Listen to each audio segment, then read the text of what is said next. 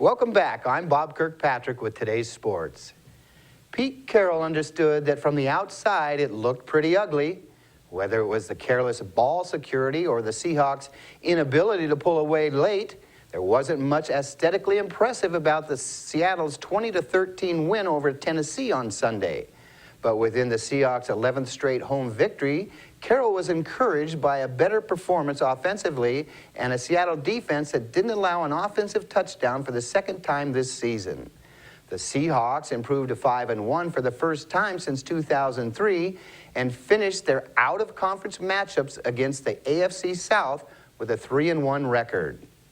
There's not much time for making corrections with the Seahawks headed to Arizona to face their NFC West foe on Thursday night.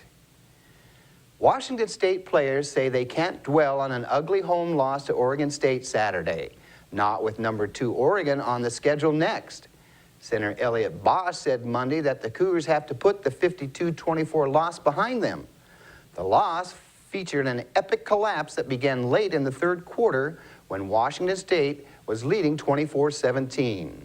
The Cougars gave up 5 unanswered touchdowns in just over 10 minutes of game time, most enabled by WSU turnovers.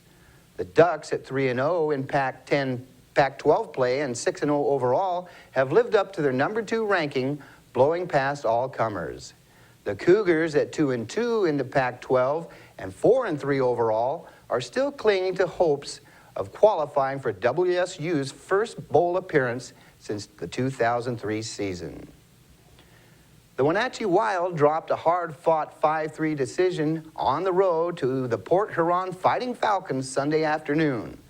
The Wild outshot Port Huron 41-23. Mackenzie Sawyer and Chase Perry split time and goal for Wenatchee, combining for 18 saves. The Fighting Falcons' Max Millicent recorded 38 saves. The Wild were 2 for 4 on the power play and 2 of 5 on the penalty kill. The loss to Port Huron puts the Wild at 5 wins and 5 losses on the season and drops Wenatchee into last place in the North American Hockey League's Midwest standings. The Fighting Falcons are 9-2-2 and are in first place in the North Conference. Wenatchee remains on the road for 2 games with the Sioux Eagles on Friday and Saturday. The Wild is at home for a 3-game series with the Kenai River Brown Bears October 25th through the 27th.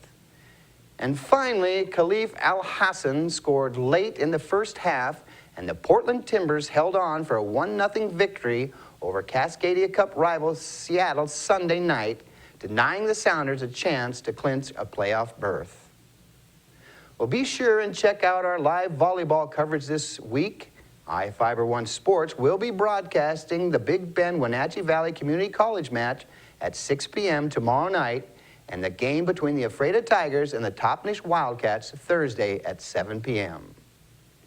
Well, that's it for sports. We'll be right back after this.